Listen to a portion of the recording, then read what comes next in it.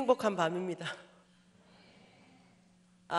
최근에 전혀 간증하지 않았던 것들을 하나님이 간증하게 하시네요.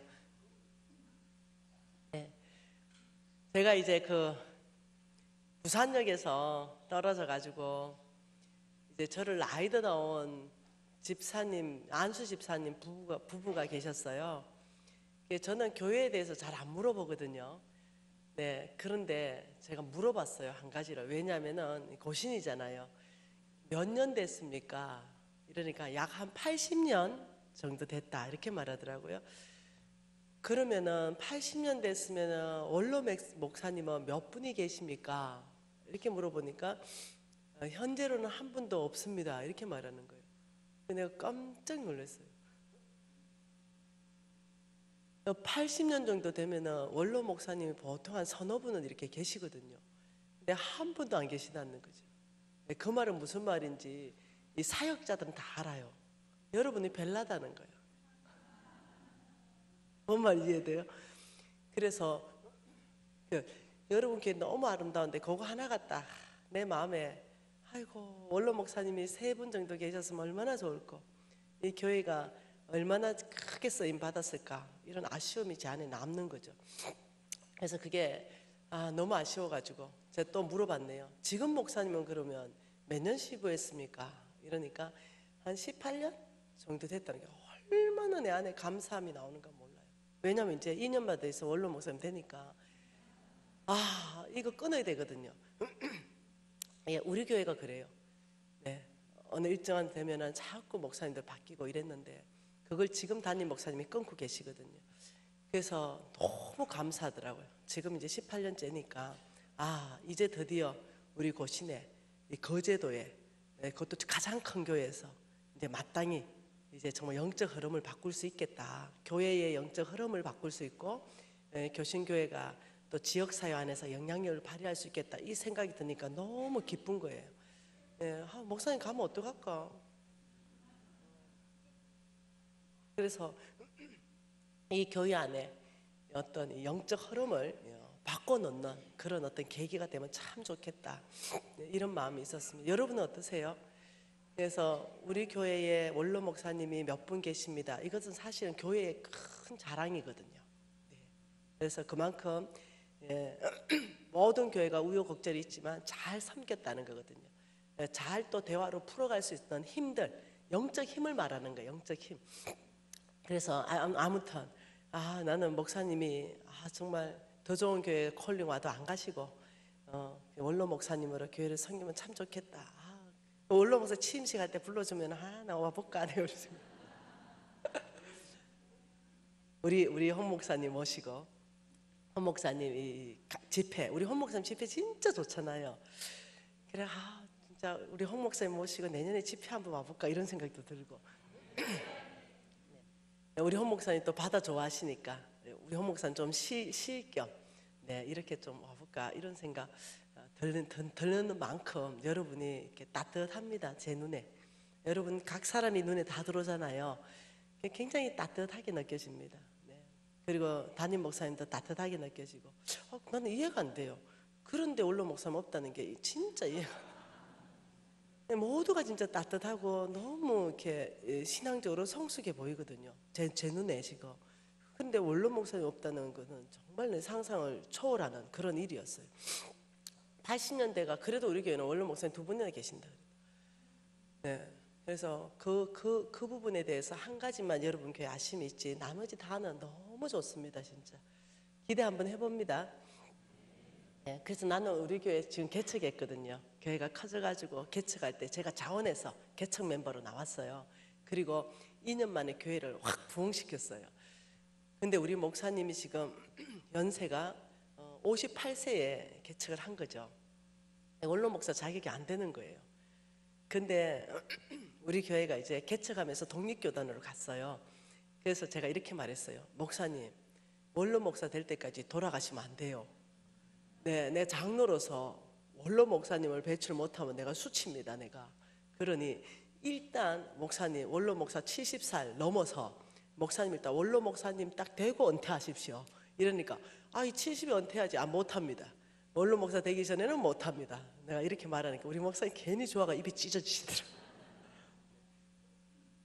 제가 교회의 영적 흐름을 아름답게 이렇게 잘 세우기 위해서 그렇게 얘기하니까 또 다른 장로님들도 다 너무 좋다고, 우리 교회는 그렇게 하자고, 처음부터 원로 목사님 배출하자고 이제 이렇게 하면서 시작을 했거든요.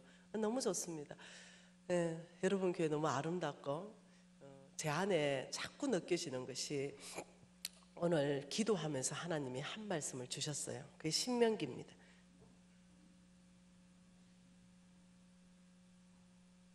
신명기 11장을 주셨어요. 하나님이 기도하는 중에.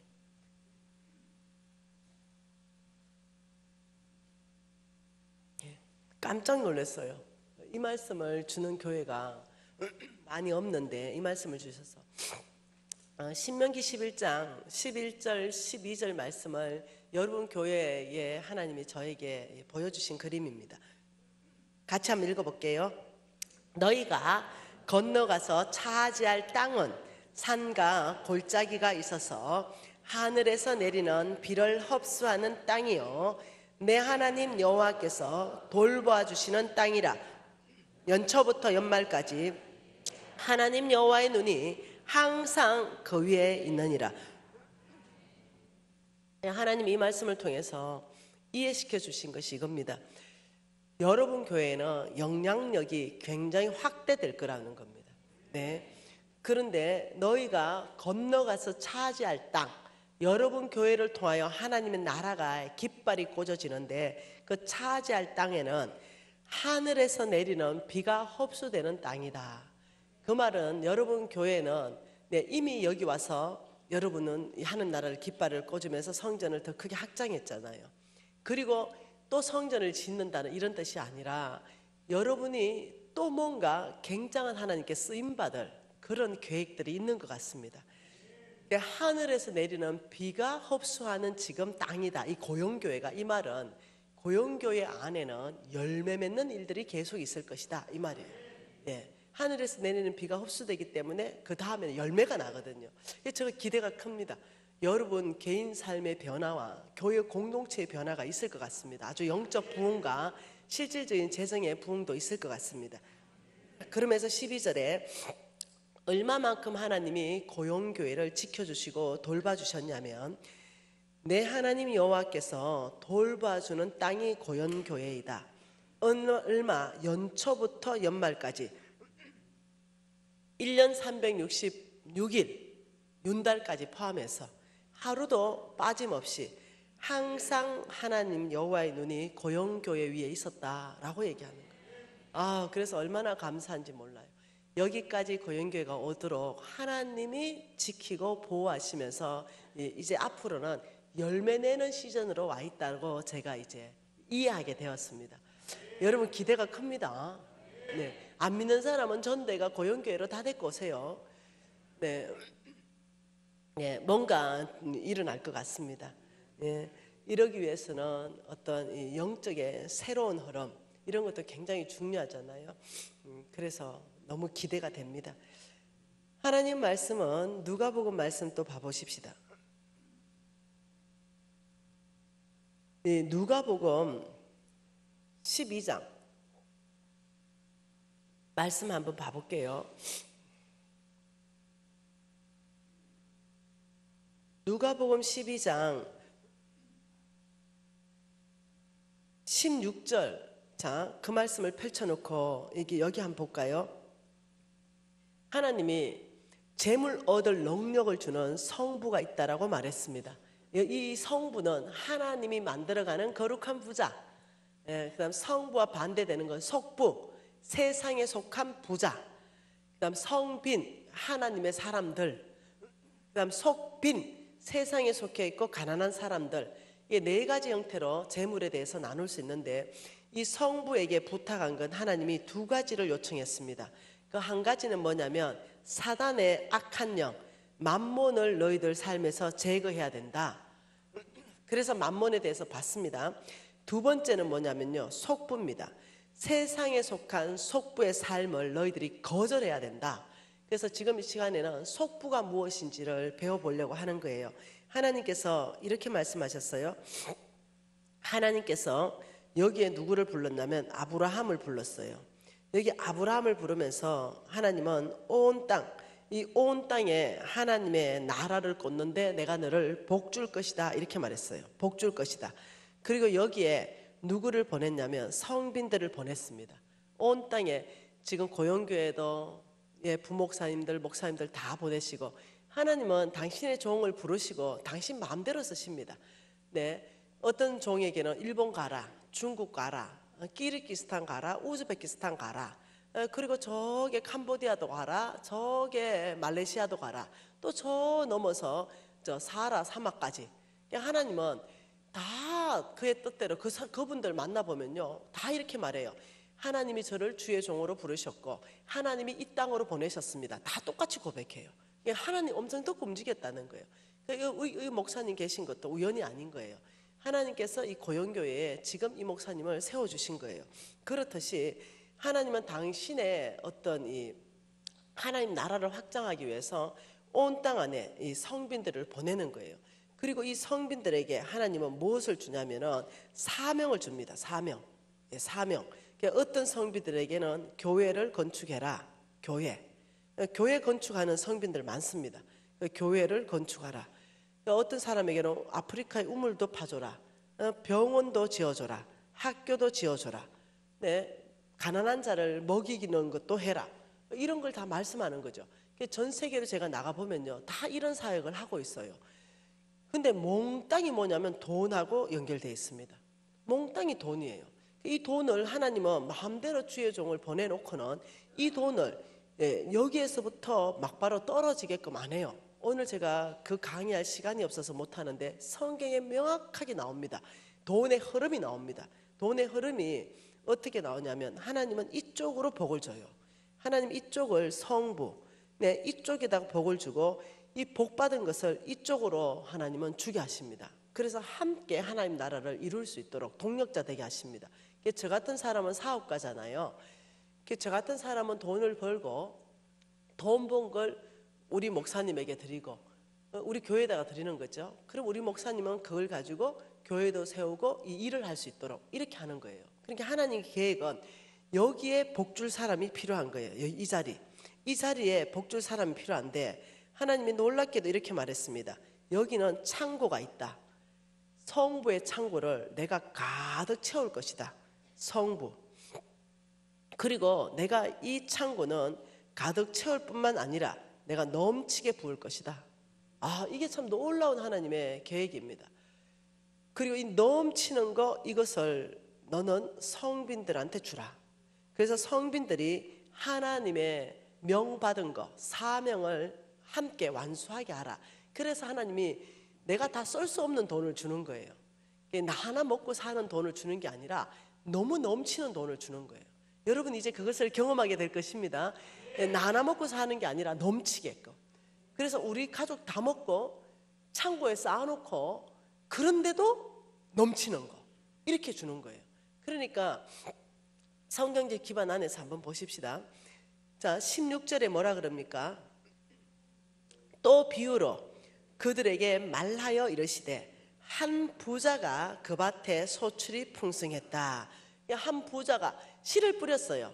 씨를 뿌렸는데 뿌리는 건 부자가 그냥 뿌렸지만 그 밭에 소출을 풍성하게 했기 때문에 부자예요. 네, 거기에다가 비를 주고 햇볕을 줘서 30배, 60배, 100배로 막 거두게 하신 거죠. 그래서 풍성해졌어요. 열매 맺게 하시는 분은 주님이십니다. 우리는 그냥 뿌리는 자입니다. 우리 밭에 2배가 날지 우리 밭에 20배가 날지 아무도 모릅니다. 농사는 아무도 몰라요. 그렇게 했는데 소출을 풍성하게 한 것은 주님의 축복입니다. 그래서 17절 뭐라고 합니까? 심중에 생각하여 이르되 내가 곡식 쌓아둘 곳이 없으니 어찌할까. 얼마나 부어줬는지 축복을. 곡식 쌓아둘 곳이 없어요. 창고마다 꽉 찼어. 1창고 꽉 찼어. 2창고 꽉 찼어. 3창고 꽉 찼어. 그런데 더 이상 창고가 없는데 남은 거예요. 곡식 쌓아둘 곳이 없는 거예요. 이때가 뭐냐면요, 내 창고가 넘칠 때예요. 여러분 즐거운 상상해 보세요. 이 날이 온다고 상상해 보세요. 저는 이 날이 과연 내 인생 가운데 올까? 내 100만 원씩 빚 갚으면 500년 걸리는데 50억. 이 날이 올까 했는데 4년 반 만에 와버렸어요. 내가 생각하는 것보다 훨씬 빨리 와버린 거죠. 여러분 상상해 보세요. 아, 이 날이 만일 온다. 그것도 빠르게 온다. 그런데 내 창고 다 채웠다. 그럼 빚 다 갚았다. 일단 빚 다 갚았다. 그리고 내 노후 대책까지도 다 끝났다. 아이들 공부도 다 끝났다. 아, 그런데도 내 창고 다 채우고도 막 넘치게 들어온다. 너무 기분 좋은 상상 아니겠어요? 상상은 멋대로 할 수 있잖아요. 네. 그러면 이 넘치는 거 어떻게 할까? 이거 여러분 이미 지금 가지고 있어야 돼, 답을. 지금 여러분 넘쳤어요. 이거 어떻게 하실래요? 아, 진짜 최고다. 진짜 고영경 역시. 네. 거신이 다르다 진짜. 네, 넘치는 거 나눠야 되죠. 가난한 자 주라면 주고, 네, 하나님께서 예를 들어 아프리카 우물 파라면 파고, 네, 넘치는 건 나누라고 주시는 거거든요. 이 부자에게 나누라고 준 거예요. 이스라엘 백성들에게 하나님은 네, 내 모퉁이의 거, 야, 그거 다 남겨놔라. 가난한 자가 먹어야 된다. 하나님의 지혜예요. 여러분 묵상하는 한번 해보세요. 감나무 있잖아요, 감나무. 감나무는요 부러져요. 과실수 있죠, 과실수. 이런 거는 단단한 게 없어요. 거의 다 부러지게 돼 있어요. 왜 그런지 알죠? 예, 손에 닿는 것만 따라하는 거예요. 그 꼭대기 거는 새들이 먹을게 놔두라는 거예요. 근데 굳이 그 꼭대기까지 딴다고 감나무에 올라가서 허리 부러진 사람이 한둘이가 아니에요. 감나무에 올라가면 허리 부러져요. 네, 바로 부러집니다. 그러니까 잘 묵상해야 돼요. 하나님의 지혜는 자연 안에서 다 있어요. 제가 전 세계에서 가장 탁월한 영양제를 만드는 회사 아니에요. 그런데 그러니 얼마나 많은 걸 연구했겠어요. 여러분 잘 알아야 돼요. 하나님의 이 자연을 연구하면 하나님의 성품이 다 나오는 거예요. 예를 들면 호두 좋잖아요. 호두 몸에 무지 좋잖아요. 근데 왜 그렇게 딱딱한 데 넣어놨을까요? 많이 먹지 말라는 거예요. 많이 먹으면 해가 된다는 거예요. 이해되시나요? 네, 여러분 은행 있죠? 왜 그렇게 냄새가 지독하고 까기 어려울까요? 이것도 많이 먹으면 해가 된다는 거예요. 여러분 두리안 알죠? 두리안 그거 막 엄청 까기 힘들거든요. 그런 것들은 다 많이 먹지 말라는 거예요. 근데 뭐지 지천에 널린 거 있잖아요. 뭐 콩나물 같은 거, 예, 뭐 지천에 널린 거, 도라지 같은 거, 막 지천에 널려 있는 거, 미나리 같은 거, 쑥 같은 거, 이거는 무한정 먹어도 해가 안 돼요. 하나님 묵상해 봐야 돼요. 몸에 좋다고 막 산삼을 그렇게 먹는 사람이 있는데 그거 먹으면 안 돼요. 네, 진짜 급할 때 그거는요 약으로 써라고 눈에 안 보이게 해놨어요. 근데 굳이 그걸 막 인공 재배해가지고 무지하게 먹는 거야. 네, 나중에 진짜 쓸 때 약발이 안 들어요. 그래서 아주 귀하고 이런 거는요 약재료예요. 막 먹으라는 게 아니라. 그래서 우리가 건강하려면요 지천에 널린 걸 먹어야 돼요. 그리고 예, 그 제철에 막 널린 이거 많이 먹으면 병이 안 생겨요.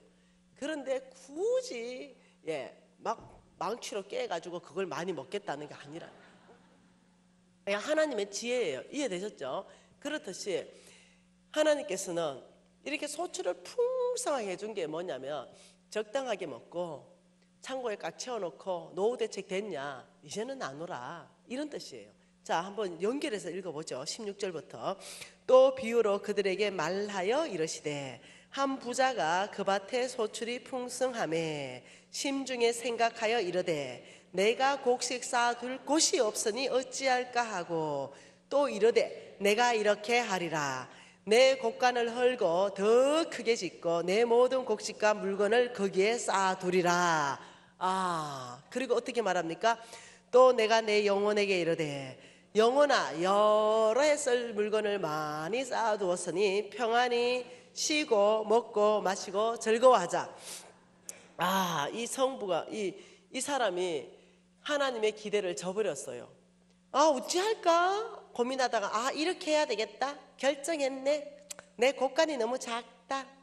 이거 헐어버리자. 그리고 내 곡간을 이만큼 크게 늘려야 되겠다. 이렇게 하고 나는 내 곡간을 헐고 더 크게 짓고 내 모든 곡식과 물건을 여기다 쌓아놓고 내 영혼에게 이르되 영혼아 여러 해 쓸 물건을 많이 쌓아놓았으니 나는 이제 평안히 먹고 마시고 즐거워하자. 지 혼자 다 먹겠다 이런 거예요. 그러니까 하나님께서 또 보고 있다가 헐 성부 되게 해주면 뭐 주의 나라 세운다던데 완전 뻥이었네. 이제 이러 되는 거죠. 그러면서 하나님이 한 말씀 하십니다. 20절 같이 읽습니다. 하나님이 이러시되 어리석은 자야 오늘 밤 내 영혼을 도로 찾으리니 그러면 내 준비한 것이 누구의 것이 되겠느냐 하셨으니 자기를 위하여 재물을 쌓아두고 하나님께 대하여 부여하지 못한 자가 이와 같으니라. 속보에 대한 정의가 나왔습니다. 그 정의가 뭐냐면 첫째, 하나님께는 인색하고 나에게는 풍성한 거, 나에게는 부요한 거, 나에게는 부요하다. 이걸 속부라는 거죠. 하나님이 이러시되 그러냐 네 큰 창고 지어서 내 뜻을 저버리고 네 혼자 다 먹고자 하느냐. 너 참 어리석네. 만일 오늘 밤 죽는다면은 네 큰 창고에 이 쌓아놓은 이 재물이 누구 거 되니? 이 질문을 딱 했어요. 그러면서 큰 창고 짓는 모습을 야 너가 하나님께 참으로 인색하구나. 너 자신만을 위해서 부유하게 살구나. 너 속부구나. 이 정의라는 거예요. 이게 큰 창고 짓는 모습이 뭐냐면 이거죠. 하나님이 축복해서 5억을 줬어요. 그러니까 집 한 채 샀죠. 하나님 또 5억 줬어요. 또 집 한 채 사요. 하나님 또 5억 줬어요. 또 집 한 채 사요. 야 뭐를 그래 집을 많이 사냐. 돌아가면서 사냐. 한 채는 내가 하고 한 채는 아들이 하고 한 채는 딸이 하고 막 이렇게 얘기한 거예요. 하나님 또 5억 줬어요. 또 땅 사. 땅은 노후 대책이고 또 하나님이 또 5억 줬어요. 또 건물 사. 뭔데? 임대 수수료 해야 돼. 하나님이 쓸 때가 좀 있어가지고 줬는데 전혀 관심 없는 거죠. 이 땅에서 자꾸 자기 창고만 넓히는 거예요. 하나님이 보다 못해가지고 하신 말씀이 너 참 어리석은 선택을 하는구나. 내가 그렇게 창고를 넘치게 부었을 때는 가난하고 고아와 과부들이 위로받기를 원하는데 너는 오직 너만을 위해서 쌓아놓고 또 쌓고 또 쌓고 사는구나. 왜 어리석나? 오늘 밤 죽일 것이다. 오늘 밤 내가 네 영혼을 데려갈 것이다. 그러면 네가 준비한 이 큰 창고의 것이 누구 것 되니? 이 질문은 오늘 말씀을 통해서 저에게 하시는 거예요. 우리에게 하는 거죠. 이 질문을 받아들여야 돼요. 대답할 수 있어야 되죠. 여러분 누구 거 됩니까? 솔직하게 대답하면은 우리는 솔직하게 대답해 본다면 이거 누구 거 된다고 말할 수 있습니까? 네, 여러분 솔직하네요. 자식 거 됩니다. 이렇게 대답할 거예요. 내 자식 거, 이 큰 창고에 이만큼 있는 거 이거 다 자식 거 될 겁니다. 근데 하나님께서 절대로 자식이 안 된다는 거예요. 이게 이제 문제인 거예요. 한번 보십시다. 욥기서 말씀 보십시다. 욥기서 27장 말씀. 잘 이해가 안 되더라도 그냥 들으십시오. 욥기서 27장 13절에 이렇게 말합니다. 악인이 하나님께 얻은 분깃, 포악자가 전능자에게 받은 산업은 이것이다. 성경에서 이 돈에 대해서 악인이라고 말할 때는요, 속부로 바꿔 읽어도 거의 오류가 없습니다. 그러니까 이 악인 속부들은 하나님께 얻은 분깃, 이 속부들이 하나님 전능자에게 받은 산업은 이것이다. 뭐가 그들의 산업인가? 14, 15절입니다. 14절.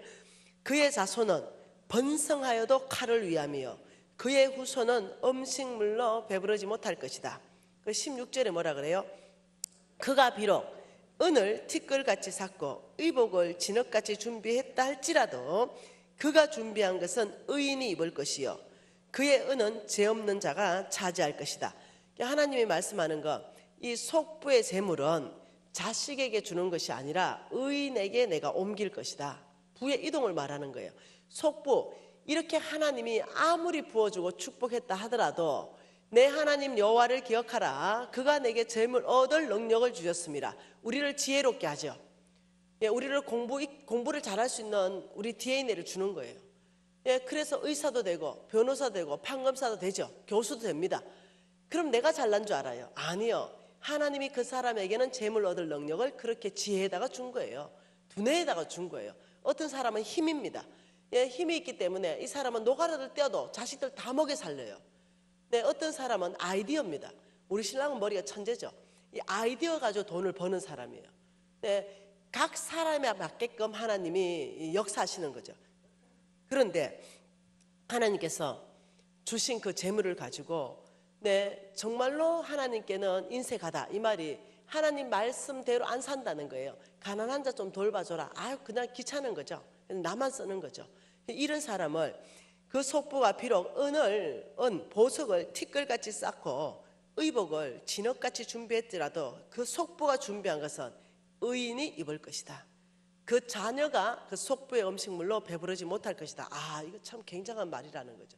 이것을 조금 더 이해할 수 있는 것은 미가서입니다. 여러분, 미가서 말씀을 오늘 정말로 말씀을 심장으로 한번 받아보십시다.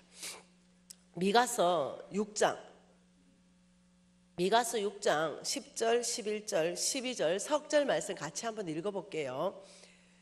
악인의 집에 아직도 불의한 재물이 있느냐? 축소시킨 가증한 에바가 있느냐? 내가 만일 부정한 저울을 썼거나 주머니에 거짓 저울추를 두었으면 깨끗하겠느냐? 거부자들은 누구요? 악인을 말하는 거예요. 거부자, 속부를 말하는 거예요. 그 악인, 그 부자, 그 속부들은 강포가 가득하고 그 주민들은 거짓말을 하고 그 혀는 입에서 거짓되더라. 어저께 우리가 받는 게 뭐예요? 속부들은 어떻게 된다고요?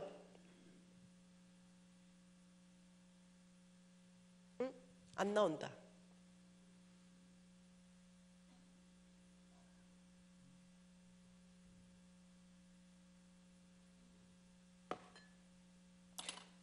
잠깐만요.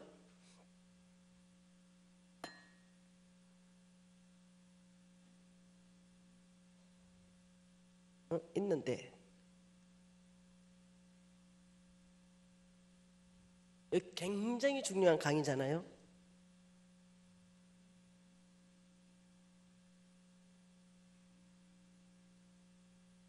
이거 누가 좀 도와주실래요? 이게 왜 안 나오는지 한번 봐주실래요? 블루투스도 켜졌는데.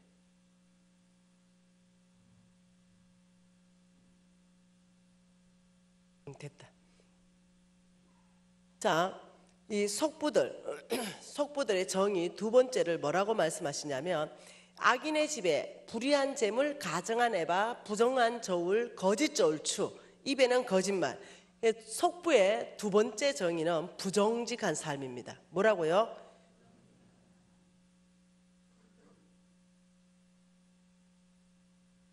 안 나온다 또. 부정직한 삶.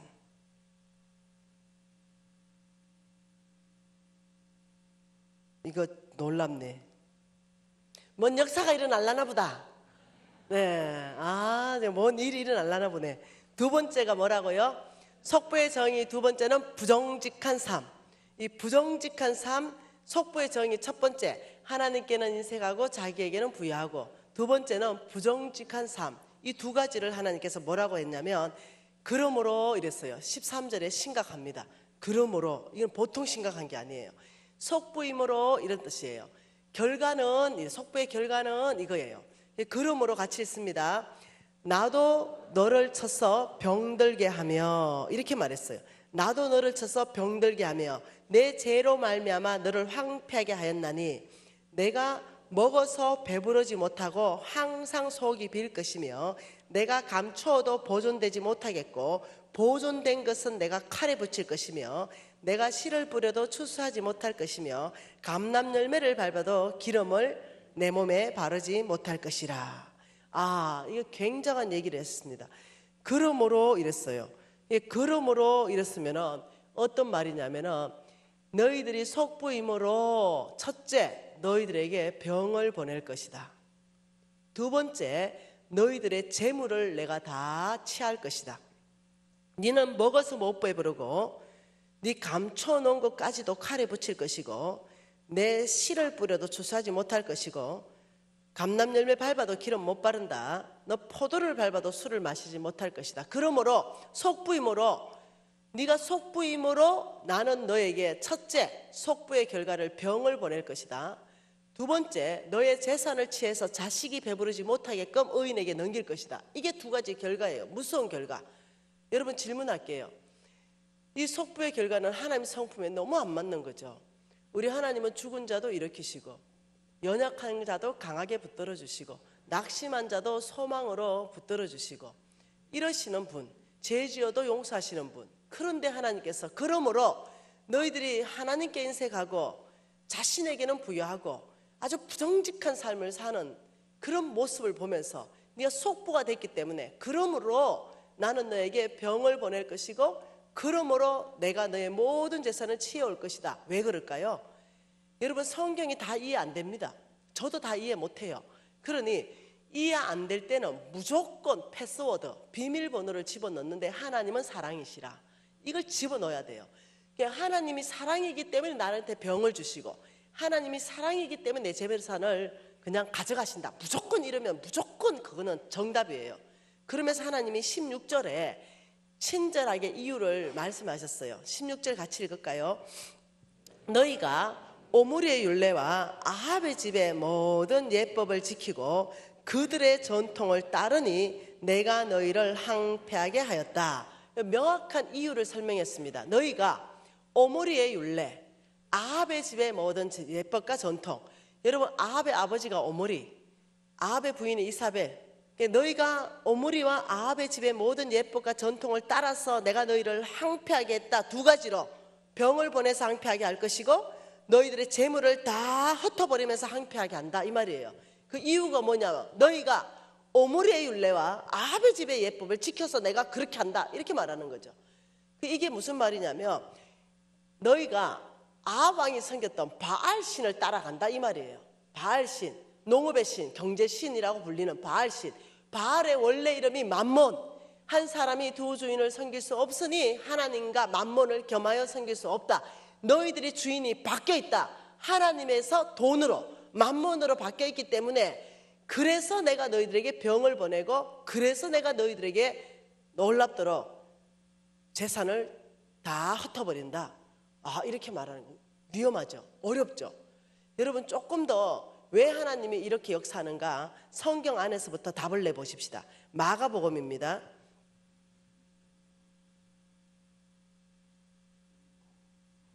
마가복음 여기 잘 아시는 분이 와서 좀 도와주세요. 이 칠판 나오도록. 와 그래 감각이 없나 부목사님들이 칠판을 못 쓰고 있는데 배터리 안 됐다고 내가 얘기했잖아. 목사님 봐라 배터리 60% 있는데 60% 웃다 봐가지고 뭐 어떻게 해줘야 되지. 성질 있다 얘기했는데. 자 누가복음 아니 마가복음 우리 10장을 보십시다. 왜 하나님이 병을 보내시고 왜 하나님께서 우리의 재물을 가져가시는가. 마가복음 10장 17절 한 절 말씀 같이 읽으십시다. 예수께서 길에 나가실새 한 사람이 달려와서 꿇어앉아 묻자오되 선한 선생님이여 내가 무엇을 하여야 영생을 얻으리까. 이 사람은 지금 영생을 얻고 싶어 왔습니다. 영생은 다른 말로 천국입니다. 그죠? 이거 왔어요. 우리 예수님께서 뭐라고 말씀했냐면은 21절에 예수께서 그를 보시고 사랑하사 이르시되 너 있는 것을 팔아서 가난한 자들한테 주라 이렇게 말했어요. 영생 천국에 대해서 묻는데 너 있는 것을 팔아서 가난한 자한테 주라고 말씀하셨어요. 이거 어떻게 생각하세요? 너 있는 것을 팔아서 가난한 자한테 주라.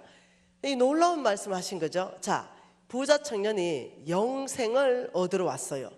영생을 얻으러 왔는데 예수님께서 답은 돈으로 하셨다는 거예요. 너 있는 걸 팔아서 가난한 자한테 주라.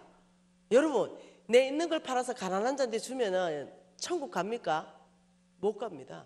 그게 아니에요. 그런데 분명히 천국에 대한데 돈으로 대답하는 건 창세기 3장 사건을 재현시키는 거예요. 우리는 날마다 창세기 3장 사건 안에 있는 거죠. 어떻게 하냐면 따먹지 마라. 한쪽에는 따먹어라. 따먹으면 정령 죽을 것이다. 따먹으면 눈이 밝아져서 하나님처럼 될 것이다. 이 창세기 3장 사건 지금 또 나타난 거죠. 왜요? 너 있는 것을 팔아서 가난한 자한테 주라. 이러니까 우리 예수님이 주인이잖아요. 그 명령하시고 이 청년 안에 있는 진짜 또 주인이 있었어요. 그 만몬이었죠. 그게 드러나는 거죠. 야, 뼈 빠지게 버렸는데 저 예수가 뭐라고 하냐? 너 있는 걸 왜 가난한 자한테 주냐? 야, 빨리 예수를 떠나가야 돼. 빨리 떠나가야 돼. 이 두 가지. 근데 사람이 따먹었어요. 하나님 말씀을 안 듣고 따먹었어요.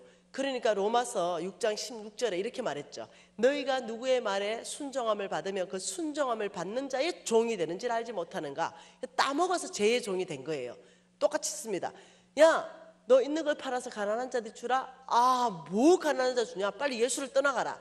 근데 이 청년은 뭐라고요? 돈을 사랑했던 청년이에요. 예수님보다. 그러니 여러분 디모데전서 6장 10절에 뭐라고요? 돈을 사랑하면 믿음에서 떠난다. 그래서 돈을 사랑하게끔 우리를 사로잡아버리면 믿음에서 떠나는 행위를 할 수밖에 없어요. 그런데 이 청년이 예수를 떠나가 버렸죠. 왜? 돈을 사랑했기 때문에, 만몬에 장악됐기 때문에.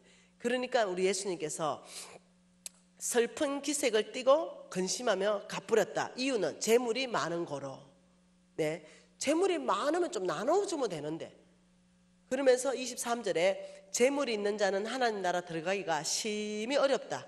얼만큼 어렵습니까? 25절 같이 읽습니다. 낙타가 바늘기로 나가는 것이 부자가 하늘나라 들어가는 것보다 쉽다. 못 간다는 거죠. 낙타가 바늘기로 못 나갑니다. 못 간다는 거예요. 그런데 오직 회개하고 돌이키면 갈 수 있다는 거죠. 그러니까 왜 이런 말을 했겠어요? 네, 속부의 주인은 예수가 아니라는 거예요. 진짜 속부의 주인은 만몬, 사단, 우상 숭배라는 거예요. 근데 여러분 이 말씀만 가지고도 다 이해 못할 거예요. 조금 더 한번 이해해 보십시다. 여러분 그 누가복음 말씀으로 한번 이해해 보십시다. 누가복음. 천국과 지옥을 돈으로 너무 말씀을 많이 하세요. 누가복음 16장 19절 말씀부터 우리가 한번 이해해 보십시다. 누가복음 16장 19절에 여러분 다 아시는 말씀. 한 부자가 있어서 자색 옷과 고운 베옷을 입고 날마다 호화롭게 즐겼습니다. 그런데 나사로라 하는 이름의 한 거지가 헌데투성이로 그 대문에 버려졌다. 대문에 버려졌다 이런 말을 보니까 그 부자가 안 돌봐줬다는 거예요. 이제 대문에 버려져서 둘이 다 죽었습니다. 이제 둘 다 죽어가지고 이 거지는 천국에 갔고 그다음 이 부자는 엄부 지옥에 갔어요. 그러니까 얼마나 지옥불이 뜨거운지 이 부자가 이제 천국에 있는 아브라함한테 얘기합니다. 24절 같이 읽을게요. 불러 이르되 아버지 아브라함이여 나를 긍휼히 여기사 나사로를 보내서 그 손가락 끝에 물을 찍어 내 혀를 서늘하게 하소서. 내가 이 불꽃 가운데서 괴롭습니다. 아, 너무 힘든다는 거예요. 그러니까 아브라함이 이르되 야 너는 살았을 때 좋은 거 받았지 않냐? 나사로는 고난을 받았고 그러니 나사로는 여기서 위로받고 너는 고통받는 게 당연하다. 이러니까 이제 이 부자가 내가 이 지옥 오는 게 왜 와서 이런지 알겠다. 이래서 이렇게 말합니다. 27절에 그러면 아브라함 아버지요 내가 구하는데 이 죽은 나사로를 우리 아버지 육신의 아버지 집에 좀 보내주세요. 왜냐하면 28절에 우리 집에 형제 5명이 있는데 다 나하고 똑같은 놈들입니다. 줄줄이 지옥에 생겼습니다. 그러니 그들에게 정언하여서 이 고통에 오지 않게끔 해주세요. 죽은 나사로 좀 보내주세요. 이러니까 아브라함이 야 그들에게는 모세와 선지자들이 있다. 이런 말을 모세와 선지자 그들에게는 지금 이때 죽은 자가 살아나오는 게 아니라 어떻게 해요? 모세와 선지자가 있다는 건 말씀이 있다 이 말이에요. 그들에게는 말씀이 있고 그들에게는 복음을 전할 수 있는 목사님들이 있다는 거예요. 그 31절에 모세와 선지자에게 듣지 않으면 죽은 자 가운데서 살아나도 근함을 받지 않는다. 왜? 그만큼 완악하다는 거예요. 사람들 마음이 돈에 걸리면 얼마나 완악해지는지. 여기에서도 지금 돈을 어떻게 썼는가에 따라 가지고 천국과 지옥을 지금 얘기하고 있잖아요. 한 군데 더 봐보십시다. 마태복음 25장 말씀으로 또 봐보십시다. 마태복음 25장이에요. 여러분 이거는 실화입니다. 진짜 있을 일이에요. 우리 인생 가운데. 마태복음 25장 33절부터 한번 봐보십시다.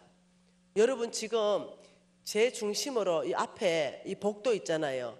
이 복도로 짜게가 오늘 이 오른쪽에 있는 사람은 오늘 천국 갈 약물이에요. 목사님 왜 그게 안 주셨어요? 우리 목사님 포함해가 이쪽은 지옥 갈 염소물이. 그날에 주님께서 명확하게 말했어요. 어떻게? 양과 염소로 나누고 알곡과 쭉정이를 가린다 그랬어요. 이게 분명히 주님 앞에 있을 일이거든요. 우리가 지금 거기에 속해 있다고 이걸 한번 읽어보자는 거죠. 33절 같이 읽습니다. 양은 그 오른편에 염소는 왼편에 두리라.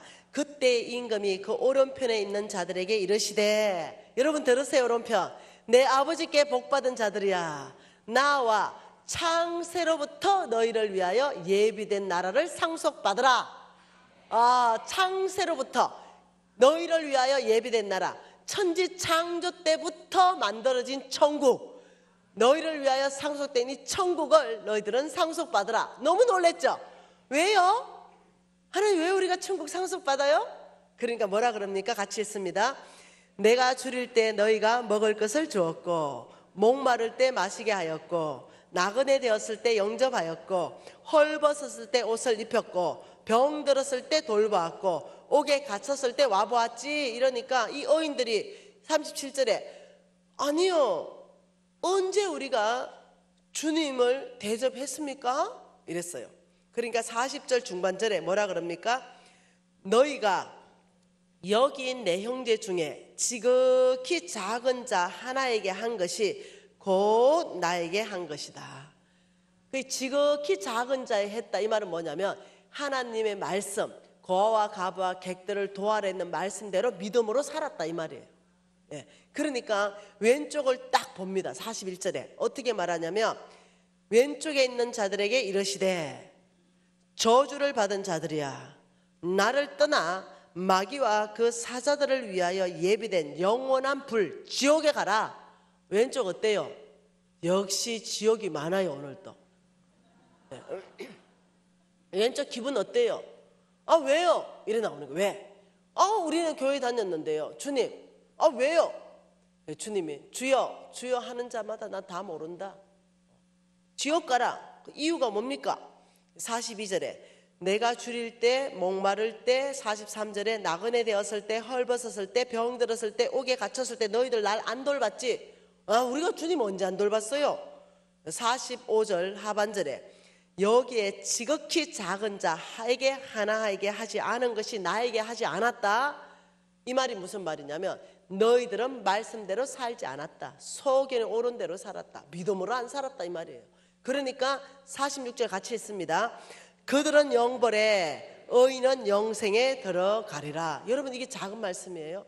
돈을 어떻게 썼느냐 따라 가지고 천국과 지옥을 말씀하는 게 한두 구절이 아니라는 거예요. 이걸 어떻게 가볍게 받겠어요? 돈이 주인이냐, 정말 주님이 주인이냐, 이걸 계속적으로 말하죠. 한 번 더 볼까요? 요한복음으로. 요한복음 아니네요. 누가복음 3장으로 한 번 더 봐보십시다. 누가복음 3장 2절 말씀 같이 한번 읽어볼게요. 안나스와 가야바가 대제사장으로 있을 때에 하나님의 말씀이 빈들에서 사가랴의 아들 요한에게 임한지라. 지금 여기 누가 있어요? 또 안 나오네. 요한이 있었어요. 사가랴의 아들 요한에게 임했다 이랬어요. 이 요한에게 임하니까 어떤 일이 발생했냐면 하나님의 말씀이 요한에게 임했어요. 하나님의 말씀이 요한에게 임했기 때문에 요한의 입, 이걸 주목할 필요가 있는 거예요. 여러분, 하나님은요, 우리가 육신에 있잖아요. 우리가 육신에 있기 때문에 우리에게 음성을 들려주기 위해서 오늘날도 동일한 방법을 씁니다. 이때는 요한을 사로잡았어요. 그리고 하나님의 말씀이 요한에게 임해버렸어요. 오늘날은 우리 목사님을 통해서 하나님 메시지를 전해요. 적어도 재정부흥회는 4일간 저를 통해서 전하고 있습니다. 똑같습니다. 오늘날도 사람을 통해서 말씀을 전해요. 그러니 하나님의 말씀이 세례 요한에게 임했는데 그 세례 요한의 입이 하나님의 말씀인데 뭐라고 말했냐면 주의 길을 준비하라, 그가 오실 길을 곧게 하라, 이 말씀을 하면서 제가 보고 싶은 것은 7절과 8절입니다. 7절에 뭐라 그래요? 요한이 세례를 받으러 나오는 무리에게 이르되 독사의 자식들아 누가 너희에게 일러 장차 올 진노를 피하라고 하더냐. 그러므로 회개에 합당한 열매를 맺으라. 아, 강력한 말이었어요. 이렇게 말했죠. 오늘 지금 나에게 하나님이 말씀하는 거죠. 이 독사의 자식아, 누가 너희에게 일러서 장차 올 진노, 지옥을 피하라고 하더냐. 그러므로 너희들은 회개에 합당한 열매를 맺으라. 이렇게 말했어요. 그러니까 이 말은 이겁니다. 다시 바꿔놓으면 회개에 합당한 열매를 맺어서 이 독사의 자식들아 장철 지옥을 면하라. 이렇게 말한 거예요. 이 보통 일이 아니라는 거죠. 그러니까 그러면 무엇이 회개에 합당한 열매인가? 이게 너무 강력하잖아요. 왜? 독사의 자식이라 하니까. 이 말을 듣는 불특정한 다수 무리들이 막 몰려오고 세리들이 몰려오고 군인들이 몰려와서 질문하는 장면이에요. 10절이 뭐라 그럽니까? 무리가 물어 이르되 그러면 우리가 무엇을 하리까? 이렇게 말했어요. 세례 요한에게 와가지고 그러면 우리가 뭐 해야 됩니까? 이 말을 바꿔놓으면 이겁니다. 세례 요한이시여, 그러면 우리가 어떤 회개에 합당한 열매를 맺어야 장철 지옥을 면할 수 있습니까? 이 말이에요. 그게 세례 요한의 답이 11절에 대답하여 이르되 옷 두 벌 있는 자는 옷 없는 자에게 주고 먹을 것 있는 자는 먹을 것 없는 자에게 주라. 이게 돈이에요, 돈. 이것도. 그리고 세리들이 왔죠. 세리들도 세례를 받고자 와요. 선생님, 우리는 무엇을 해야 장철 진노를 피할 수 있습니까? 어떤 회개에 합당한 열매를 맺어야 됩니까? 13절에 이르되 부가된 것 외에 거두지 말아라. 부가된 것 외에 뭡니까? 부정직한 삶, 이거 청산해라. 그건 만몬이다. 그 다음 세 번째, 군인들이 물어 이르되 우리는 무엇을 하리까? 똑같습니다. 이러시되 사람에게 강탈하지 말고 거짓 고발하지 말고 받은 급료를 족한 줄 알아라. 다시 말하면 이 돈 쓰는 거에 대해서 굉장히 하나님께서 엄격하게 말하고 있다는 거예요. 그러면서 너희들은 이 회개에 합당한 열매를 맺어야 장차 올 진노를 피할 수 있느니라. 그러니까 이게 참 놀라운 메시지라는 거죠. 여러분, 이것이 쉽게 이렇게 읽으시냐는 거죠. 지금 우리가 몇 구절을 찾아봤잖아요. 돈을 쓰는 거에 대해서 천국과 지옥을 가지고 비유한다는 거죠. 그래서 여러분이 미가서 가보면 다시 이해가 되는 거예요. 왜? 미가서에서 너희들이 하나님께 인색하고 자기에게만 부여하고 그런 어떤 부정직한 삶을 사는 그 이유가 뭐냐면 주인이 바뀌어 있어서 만몬에 장악되어 있다. 그러니까 너희들은 말씀대로 못 살고 믿음에서 떠난 삶을 사는 것이다. 교회는 나온다. 교회는 출석하는데 믿음이 없다는 거예요. 그러니까 여러분, 믿음도 자동적으로 못 사는데 천국도 자동적으로 가는 게 아니에요. 오직 믿는 믿음이 있어야 천국 가는 거예요. 너희들이 교회는 주여 주여 하는데 내가 주여 주여 하는 자마다 다 모른다. 여러분, 제가 확신하는 게 있어요. 저는 교리를 중요하게 생각해요. 교단마다 교리. 어떤 교단에서는 한 번 구원받으면 무조건 영원하게 간다. 물론 일리가 있는 소리예요. 그렇지만 성경을 읽어보면은요, 많은 경우에 그게 아닌 걸 말씀을 많이 하고 계신다는 거죠. 한 번 구원받았다 하더라도 구원은 믿음으로 받았는데 배교하는 사람도 있다니까요. 네, 한 번 구원받아도 배교해요. 성경이 못 간다고 말해요. 한 번 예수 믿고 구원받았는데 배교하는 사람 못 간다고 명확하게 얘기하는 거죠. 그리고 또 어떻게? 네, 예수 믿고 정말로 구원받았는데 이것이 뭐냐면은 은혜입니다. 로마서를 말하는 거예요. 아무 내 행위가 없어요. 그냥 예수의 피로 내가 구원받아요. 그런데 야고보서는 이렇게 말합니다. 네가 진짜 믿음으로 구원받았다면 너의 행위가 믿음의 행위가 나와야 된다는 거예요. 너의 행위가 믿음으로 정명이 되어야 된다는 거예요. 믿음은 네가 진짜 구원받았다면 그 행위가 믿음의 행위가 나올 때 네가 정말로 구원받은 거라는 거예요. 오죽하면 요한 웨슬리가 이렇게 말했겠어요. 지갑에 핵심이 없으면 거듭나지 않았다. 오죽하면 그렇게 말했겠어요. 성경은 이 지갑을 보면 이 사람의 믿음이 뭔지, 이 사람의 주인이 누군지를 지금 계속 나온다는 거죠. 위험한 얘기예요. 여러분, 저는 여기 앉은 모든 분이 천국 가기를 원합니다. 우리 주님은 모두가 천국 오기를 원하죠. 그러나 모두가 천국 가는 건 아닙니다. 우리 하나님은 모두를 쓰시기를 원합니다. 그러나 모두가 쓰임 받는 것도 아니지요. 그러니 하나님의 원하면 모두를 쓰고 싶고 하나님의 원하면 모두가 구원받고 싶지만 그게 아니라는 거예요. 그러니 저와 여러분이 정말로 종교인인가, 정말로 믿음 있는 크리스찬인가, 이 부분에 중요한 척도가 뭐냐면요, 지갑의 핵심이라는 걸 이해하셔야 돼요. 하나님 자리를 대신할 수 있는 건 어떤 것도 없어요. 하나님, 성경은 돈이라고 그래요. 돈만큼은 하나님과 재물을, 주인을 바꿀 수 있다는 거예요. 주여 하고 교회는 나오는데 진짜 주인은 돈이라는 거예요. 모르겠어요. 그날에 진짜 천국 가봐야 우리가 알겠어요. 그래서 저는 성경을 아무리 읽고 또 읽고 또 읽어봐도 돈을 쓰는 걸 보면서 우리 예수님이 믿음을 말씀하고 있다는 거죠. 뭐 진짜 고아와 가바 객들 헐벗고 굶주린 사람들을 먹이면 천국 간다, 그 말이 절대로 아니거든요. 그렇게 해석하면 안 되거든요. 내 주인이 누구냐, 이 말이거든요. 창세기 3장 사건을 말하는 거예요. 한쪽에서는 야, 네 돈이야, 네 거지, 왜 가난한 사람한테 주냐, 야, 네 거야. 한쪽에서는 가난하고 고아와 가바와 객들을 도와라. 이 두 메시지가 계속 부딪혀요. 그런데 하나님의 메시지를 받고 가난한 사람을 주는 그 행위 자체가 뭐냐면 믿음의 행위예요. 그 행위 자체가 뭐냐면 내 믿음을 증명하는 거예요. 그렇기 때문에 이것이 굉장히 균형이 필요하다는 거예요. 제가 이 강의를 했죠.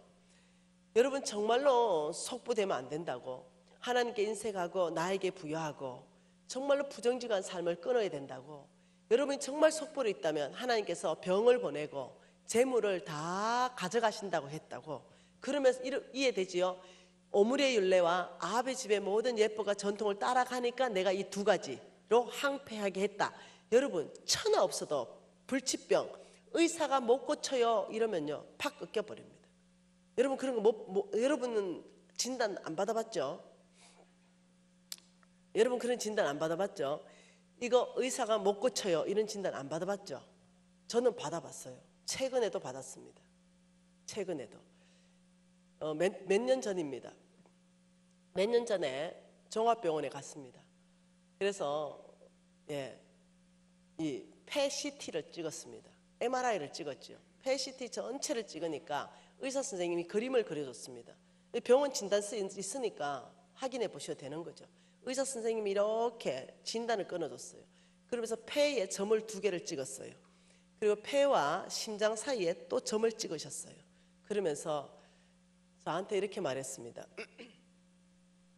암일 가능성이 99%입니다. 근데 이것이 암이라면 굉장히 심각합니다. 폐와 심장 사이에 있는 암은 못 고칩니다. 왜냐하면 내가 아는 선생님이니까 솔직하게 얘기해 줬어요. 그래서 이것을 세포를 이렇게 해서 정밀 진단해서 암인지 아닌지 보십시다. 근데 이게 모양으로 봤을 때는 간사님 암인 것 같습니다. 폐에 2군데가 이렇게 있기 때문에 이것이 폐에서 기인된 게 아니라 외부에서부터 암이 들어온 것 같습니다. 이렇게 얘기했어요. 그래서 내가 할렐루야 이랬어요. 할렐루야, 내는 죽고 싶은 사람이거든요. 내는 천국 빨리 가고 싶은 사람이에요. 근데 할렐루야, 근데 어차피 폐와 심장 사이에 암이 있는 거는 못 고치는 거 아니냐 내가 이러니까 암 진단은 하지만 못 고친대요. 이것이 가장 고치기 힘든 암이고 생존율이 가장 낮은 암이래요. 그러면 진단하면 뭐하냐, 내가 진단하면 뭐하냐, 걔는 진단하면 암 환자지, 네 이랬어요. 못 고친다는데 뭘 진단하냐. 그리고는 제가 우리 신랑한테 전화하니까 울고 불고 난리가 났네요, 우리 신랑. 그리고 홍 목사님은 할렐루야, 이때가 자매님의 믿음을 보일 때입니다. 이게 이제 3년 전의 이야기입니다. 그리고 이 선생님이 위험합니다. 3개월에 한 번씩 CT 촬영해서 이걸 한번 보십시다 이렇게 해요. 보면 뭐합니까? 못 고치면서. 고친다면 내가 보겠죠. 못 고친다면서요.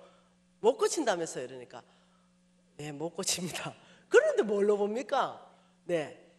그러면서 저는 여러분이 알다시피 3년 동안 단 한 번도 이걸 간증한 적이 없어요. 열심히 사역했습니다. 왜? 언제 죽을지도 몰라. 그래서 힘을 다하여 수고했고 날아갈 수 있는 최고 최전방까지 날아가서 수고했습니다. 그리고 주님 소원 하나 들어주십시오. 마지막 소원입니다. 죽음의 복 주십시오. 제가 말씀 전하고 그날 밤 자면 눈 안 뜨게 해주십시오.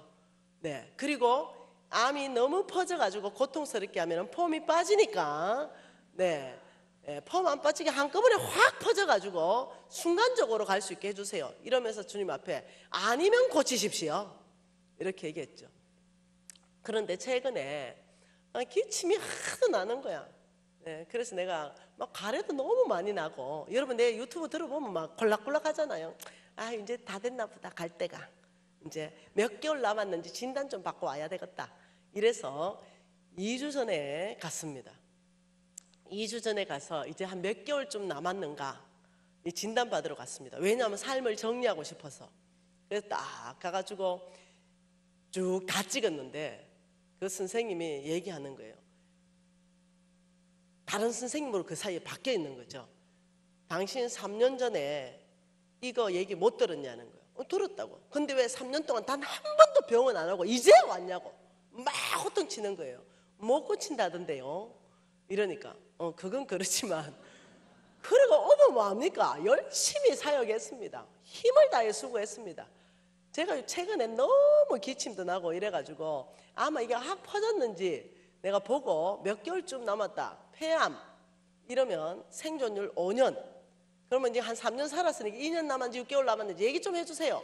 이러는데 이 의사 선생님이 싹 사라졌습니다.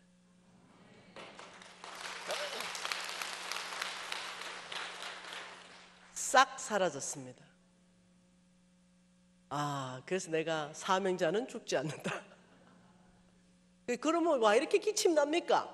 이러니까 식도에 염증이 생겼답니다. 식도에.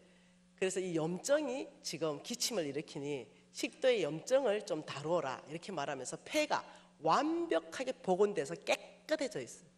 여러분 어떻게 생각하세요? 예, 난 열심히 그냥 사역했어요. 그냥 막 죽어보려고 했는데 안 죽는 거예요. 예. 여러분 이거는 이제 진단을 다 받았기 때문에 제가 얘기하는 거죠. 네, 나았기 때문에 이제 얘기하는 거예요. 안 나았으면 또 얼마나 걱정하겠노 우리 유튜브 팬들이. 네. 그래서 지금 한 2주 전에 깨끗한 진단을 받고 우리 신랑이 막 거의 막 너무 기뻐가지고 막 미신 한라산 등반하자 우리 막 이래가지고 25일 날 한라산 등반하기로 했습니다. 그래서 하나님은 오늘도 살아계시고 네, 또 사명 있는 자는 사명 끝나야 죽는다. 네, 죽을 놈 죽고 살 놈 산다. 그러니 여러분이 이렇게 하세요. 너무 뭔가 이렇게 열심히 막 이게 묶이지 말고 하여튼 열심히 사세요. 복음 열심히 전하고 네, 뭐 사명 끝나면 죽겠지 이렇게 생각하고 편하게 사세요. 편하게. 네, 심간 편하게. 내가 3년 동안 나는 내가 암이 퍼지고 있다고 생각했어요. 나는 3년 동안. 근데 우리 팬들이 너무 걱정할까 봐 내가 말을 못했어요. 그래서 저는 퍼지고 있다 생각했어요. 그러나 내가 한 발짝도 뒤로 물러나지 않았어요. 네, 여러분 아시잖아요. 더 열정적으로 사역했고 더 열정적으로 하나님 비전을 이루어드리기 위해서 최선을 다했어요. 근데 뭐 깨끗한 폐를 내가 봤죠. 제가 사실은 1차로 갔어요. 그게 1차로 내과를 가니까 엑스레이부터 찍어보자. 쫙 찍더니 의사 선생님 인상이 다 구겨진 거예요. 어머, 큰일이 난 것 같아요. 의사 선생님이, 내 아는 선생님이니까. 왜요? 이러니까 폐가 이게 보통 일이 아니다. 빨리 큰 병원 가세요. 이렇게 됐거든요. 그래서 진단서를 뗐어요. 그 진단서에는 거의 암이에요. 막 빨리 시급하게 해봐라. 그래서 큰 병원 갔거든요. 근데 그것이 염증이었던 거예요. 전체 다 정밀해 보니까. 아유, 그래서 내가 뭐 또 이렇게 어떻게 하겠어요? 살았으니 또 열심히 해야 되지, 이제 열심히. 그래서 내가 죽기 전에 신랑, 내가 이쁜 여자 다 구해주고 죽을게. 네, 이랬는데 우리 신랑 웃으면서 이래요. 아유, 그 복은 아무나 타고나는 게 아니다. 나는 한 여자 감당하는 것도 버겁다. 아, 여러분, 하나님께서는 정말로 저와 여러분의 모든 환경을 바꿀 수 있습니다. 네. 가장 기뻐하신 분이 홍 목사님이었습니다. 너무 기뻐하시는 거예요. 네. 아, 그래서 얼마나 감사한지 모르겠어요. 근데 이 말 왜 했지? 네. 이 병과 재물을 다 없애게 하는 것이 이게 하나님의 사랑이라는 거죠. 너희가 오므리의 율례와 아합의 집의 모든 예법과 전통을 따라가니까 내가 너에게 병을 보내고 너의 재물을 다 취해가지고 어떻게 다 다른 사람한테 주면 너는 갈급해진다. 너는 주님 앞에 돌아오게 될 것이고 너는 병은 육체가 병은 들었지만 믿음은 새로워지고 네 재물은 없지만 하나님을 간절히 찾게 되고 오히려 지옥 가는 것보다 오히려 믿음으로 천국 가는 것이 하나님한테는 훨씬 더 사랑이에요. 왜 사랑인지 알겠죠? 너희가 오므리의 율례와 아합의 집의 모든 예법과 전통을 따라가니까 나의 사랑이 너희들이 만몬을 따라가게 두지 못하고 너희들이 지옥 가는 길을 보지 못하고 나의 사랑이 너희를 잡는데 웬만큼 말해야 알아들어야 말이지. 말로는 못 알아들어. 그럴 때 패잖아요. 그래야 알아듣는 거예요. 저도 말로 못 알아들었어요. 부정직할 때 정직하란 말 못 알아들었어요. 귀로 알아듣는 게 아니에요. 심장으로 바뀌어야 바뀌는 거지. 그런데 망하고 나니까 그게 이제 들어오기 시작하는 거예요. 어느 교회 가서 그 말 하니까 장로님 한 분이 왔습니다. 이 실화죠, 실화. 장로님이 와가지고 나한테 이렇게 말하는 거죠. 간사님, 제가 간사님 강의 너무 은혜스럽게 잘 들었는데 그 속보 강의는 좀 안 맞는 것 같습니다. 왜 뭐가 안 맞아요? 이러니까 제가 말씀에 비춰보니까 쨈매 속보였던 것 같아요. 이래요. 예, 말씀에 비춰보니까 뭐예요? 말씀이 거울이죠. 내가 하나님께 좀 인색했고 하나님 나한테 부어준 것보다는 헌신을 덜 했다는 거죠. 이제 장로님이 은퇴하셨는데 그리고 내가 나에게는 부유하게 산 게 맞습니다. 그리고 제가 당연히 사업하다 보니까 부정직하게 했죠. 근데 지금 간사님은 두 가지가 일어날 거라고 말하지 않습니까? 병들 것이고 내 재물이 없어진다는데 내 재물 안 없어집니다. 왜요? 장로님 이러니까 자기가 사업에 다 은퇴를 했고 자기 돈 가지고 조그마한 꼬마 빌딩을 몇 개를 샀대요. 서울에. 그래서 임대 사업을 한대요. 그래서 하나님이 내 재물 가져가려고 하면 서울을 지진으로 흔들어야 된다. 그 소리 듣는데 갑자기 소름이 쫙 끼치는 거죠. 이 장로님이 이렇게 교만하면 하나님한테 혼날 건데 이 생각이 드는 거예요. 장로님, 말씀에 비춰서 속보면은 지금 회개하고 돌이켜야지 어찌 그렇게 말씀하십니까? 이러니까 그게 아니고 내가 인생을 오래 살다 보니까 속보인데도 잘 먹고 잘 살고 평안하고 죽을 때도 고통이 없고 재물은 불어나고 이런 걸 내가 많이 봤는데 이 메시지가 안 맞다 이러는 거예요. 다른 건 다 맞는데 그것만 안 맞대. 왜? 듣기 싫으니까. 그것만 안 맞다는 거예요. 내가 장로님 요나서 읽어봤어요. 이러니까 읽어봤대. 요나를 하나님이 다루는데요. 뭐 간단하게 다룹니다. 물고기 배에 딱 집어넣었다가 팍 토해냈다가 그리고 박넝쿨 팍 일으켰다가 벌레 하나 딱 보냈다가 뜨거운 동풍 한 번 싹 불었다가 이 말이 무슨 말입니까? 하나님이 사람을 다루는데 제한 없이 다룬다. 방법에 제한이 없다. 그 건물 밑에 벌레 하나 들어가면 무너진다니까요, 장로님. 이러니까 막 웃어 나한테. 근데 장로님 속보면 회개하소 이러고 그냥 왔어요. 몇 년 지났죠. 그 장로님 80도 훨씬 넘은 장로님인데 몇 년 지나가지고 재정학교 찾아왔다니까요. 학생으로 50번 왔는데 뭐 등록 못했으니까 쫓겨났죠. 근데 이 장로님이 학생으로 내가 몇 주를 허락해가 공부를 했다니까요. 아들하고 같이 왔는데 그 얘기를 들어보니 아들이 벤처 사업으로 크게 성공을 해가 미국에 사는데 엄청나게 좋은 집에 사는 거예요. 엄마 아빠가 이제 걸로 가니까 얘들은 시민권자예요. 어머니 아버지 우리가 한국 나갈 일 없는데 이제는 가족이 모여서 사십시다 해가 이제 너무 좋은 어떤 이 환경인 거죠. 그래서 어머니 아버지 이제 미국으로 초청하니 미국에서 이제 여생을 하고 여기에 우리가 묻히고 이래 하십시다 이러니까 분별력과 판단력을 잃은 거죠. 여기 있는 재산을 몽땅 팔아가지고 미국으로 투자 이민 갔어요. 어째 됐겠어요? 벤처기업 날아갔어요. 아들한테 투자했는데 몽땅 날아가면서 몽땅 거지 돼가지고 다시 한국으로 들어오신 거죠. 그러면서 나한테 이런 말을 하셨어요. 그때 하나님이 나한테 하시는 말씀인가 알았대요. 그런데 회개할 수 있는 기회를 놓쳤다는 거예요. 장로님 그래도 오늘 건강하네 이러니까 건강은 하대요. 여러분 이해되세요? 예, 이게 한두 개가 아닙니다. 왕의 재정학교에 의사 선생님이 왔습니다. 그 병원장 선생님이 오셨는데 병원에 간호사만 수십 명이 있고 의사 선생님만 수십 명이 있는 큰 병원에 병원장이 오셨어요. 이 병원장이 중풍 걸려가 오셨죠. 이분이 와가지고 500명 앞에 간증을 했어요. 그 간증 내용이 우리 어머니가 돌아가실 때 자기한테 300억인가 물려줬대요. 처음에 나는 200억인 줄 알았는데 300억이라 하더라고요. 300억을 물려줬는데 이 300억을 가지고 병원에 어떻게 잘해보려고 투자하다가 300억이 날아가고 병원이 날아가고 사는 집까지 다 날아가는데 3년밖에 안 걸렸대요. 그러니까 너무 신경을 많이 써가지고 중풍이 와버렸어요. 그러니까 손이 떠니까 수술이 안 되잖아요. 그 병원을 못 하게 됐어요. 그래서 500에 월 20만 원짜리 살면서 울면서 간증했어요. 우리한테 제발 속부의 재물은 자녀에게 물려주지 마십시오. 사회에 그냥 도네이션 하십시오. 교회에 도네이션. 우리 어머니의 그 속부의 재물이 나한테 와서 내가 망했습니다. 정말로 자녀가 그 음식물로 배부르지 못하게 한다는 우리 어머니가 돌아가실 때야 나한테 물려주고 돌아가실지 모르지만 내가 망했습니다. 펑펑 울었어요. 500명이 다 들었죠. 여러분 이해되시죠? 하나님이 이렇게 말했어요. 한번 봐보십시다. 시편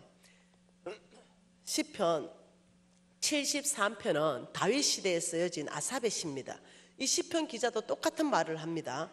2절, 3절, 4절 같이 읽을까요? 나는 거의 넘어질 뻔하였고 나의 걸음이 미끄러질 뻔하였으니 이는 내가 악인의 형통함을 보고 오만한 자를 질투하였음이라. 그들은 죽을 때도 고통이 없고 그 힘은 강건하고, 그러면서 12절에 뭐랍니까? 볼지어다 이들은 악인들이라도 항상 평안하고 재물은 더욱 불어나는도다. 이 똑같은 그 장로님하고 똑같은 얘기하는 거예요. 이 아삽의 시인데 다윗 시대의 이 시편 기자가 나 시험 들었어요. 나 미끄러질 뻔했죠. 왜냐하면 그 속부가 너무 형통하거든요. 죽을 때도 고통이 없네요. 그 힘은 더 강해지네요. 그들의 재물은 더 불어나네요. 그들은 항상 평안하게 사네요. 그런데 하나님은 속부를 심판 안 됐는데 안 일어나네요. 하나님이 어째 된 일이에요? 이렇게 막 얘기하는 거예요. 그러니까 하나님이 그러냐? 그들의 마지막을 보여주겠다. 17, 18, 19절입니다. 같이 읽을까요? 하나님 성소에 들어갈 때야 그들의 종말을 내가 깨달았나이으나 주께서 참으로 그들을 미끄러운 곳에 두시고 파멸에 던지시니 그들이 어찌하여 그리 갑자기 황폐되었는가 놀랄 정도로 그들은 전멸하였습니다. 하나님 성소에 들어갈 때 마지막 때 그들의 종말을 내가 보았습니다. 하나님이 파멸에 던지시고 그들이 전멸시키는 걸 보았습니다. 이건 거예요. 하나님이 누구십니까? 그분은 말씀한 그대로 역사하시는 분이십니다. 축복하리라 그대로 일어나고 심판하리라 그대로 일어나는 거예요. 한 구절 더 찾아보십시다. 예레미야입니다. 예레미야 17장 11절 한 절 또 보십시다. 뭐라 합니까? 불의로 치부하는 자는 자고새가 낳지 아니한 알을 품은 같아서 그의 중년에는 그것이 떠나겠고 마침내 어리석은 자가 되리라. 이 말씀을 현대인의 성경으로 번역해서 그대로 읽어드릴게요. 부정직한 방법으로 돈을 모아 부자가 된 사람은 자기가 낳지 아니한 알을 품고 있는 자고새와 같아서 언젠가는 그것이 자고새를 버리고 날아가 버리듯이 그의 부가 조만간에 그를 떠날 것이니 그는 결국 어리석은 사람이 될 것이다. 부정직한 방법, 그는 결국 그 재물이 떠날 것이다. 경고하는 거예요. 여러분 잠언서 28장도 또 읽어보십시다. 하나님이 얼마나 많은 말씀하시는지. 잠언서 28장이에요. 제가 시간만 있으면 여러 군데를 더 찾고 싶어요. 잠언서 28장에 8절에 뭐라 그럽니까? 중한 별리로 자기 재산을 널리는 것은 가난한 사람을 불쌍히 여기는 자를 위하여 그 재산을 저축하는 것이다. 다시 말하면 고리대금업을 하는 사람한테 말하는 거예요. 고리대금에서 네 재산을 널리는 그냐? 그랬다 하더라도 가난한 사람을 불쌍히 여기는 자, 의인을 위하여 네가 재산을 저축하는 거구나. 왜? 하나님 의인에게 넘길 거니까. 굉장히 무서운 말이에요. 우리 세정학교에 자매 2명이 와서 나한테 상담한 내용이 권사님한테 돈을 빌렸대요. 1억을 빌리고 이부이자로 주기로 했대요. 한 달에 200만 원씩 줬는데 10년 이상 줬대요.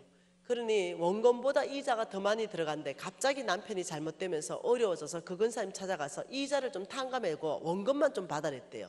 근데 그 근사님이 안 된다 그랬대요. 그러면서 파산 절차를 밟더라고요. 그러니까 그렇게 높은 금리를 받고 원금보다 이자를 그만큼 더 받았으면 그 어려움에 처했을 때 원금을 좀 까줘야 되죠. 충분히 받았다고.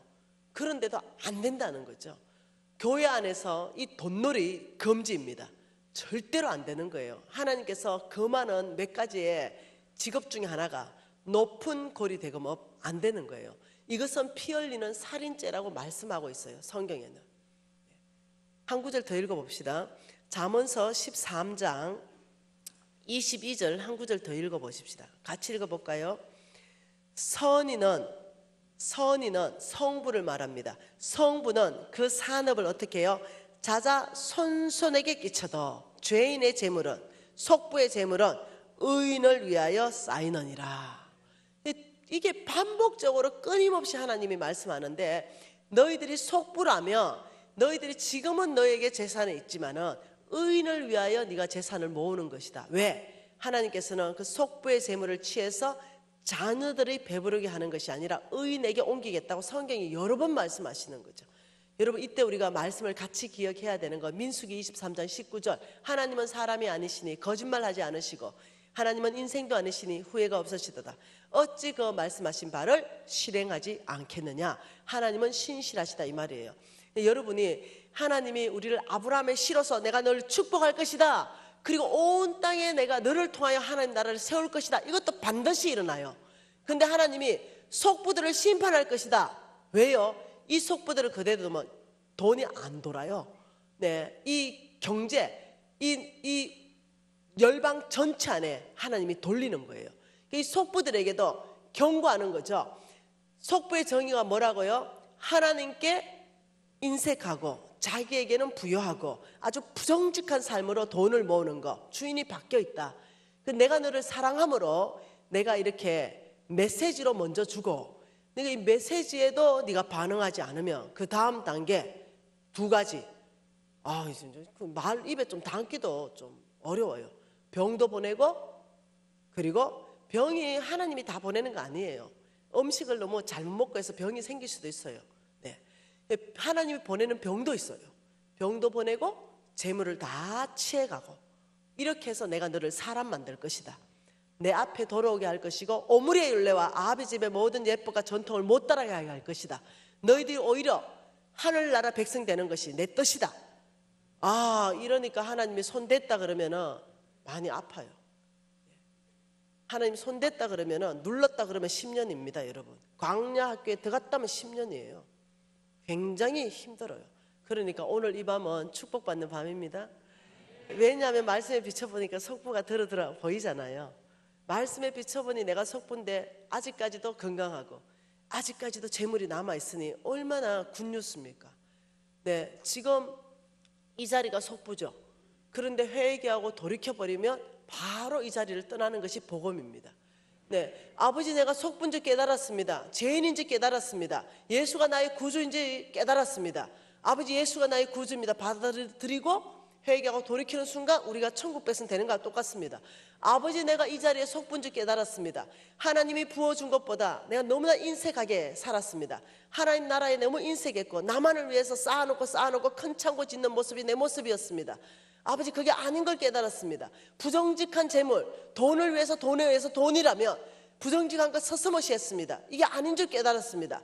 아버지 내가 오늘부터 하나님 나라에 내가 부여하고 오늘부터 부정직한 걸 내가 끊겠습니다. 이러는 순간 이 자리가 바뀌는 거예요. 보존되기 시작하죠. 하나님이 회개하고 돌이키는 자는 흰 눈보다 더이게 할 것이다. 너의 죄를 기억도 하지 않을 것이다. 여러분 정말로 이 경고를 엄중하게 받아들이십시다. 이 경고를 정말로 이거는 오늘 밤에 하나님이 나에게 하시는 말씀이구나. 내가 정말 이것을 끊고 돌이켜야 되는구나.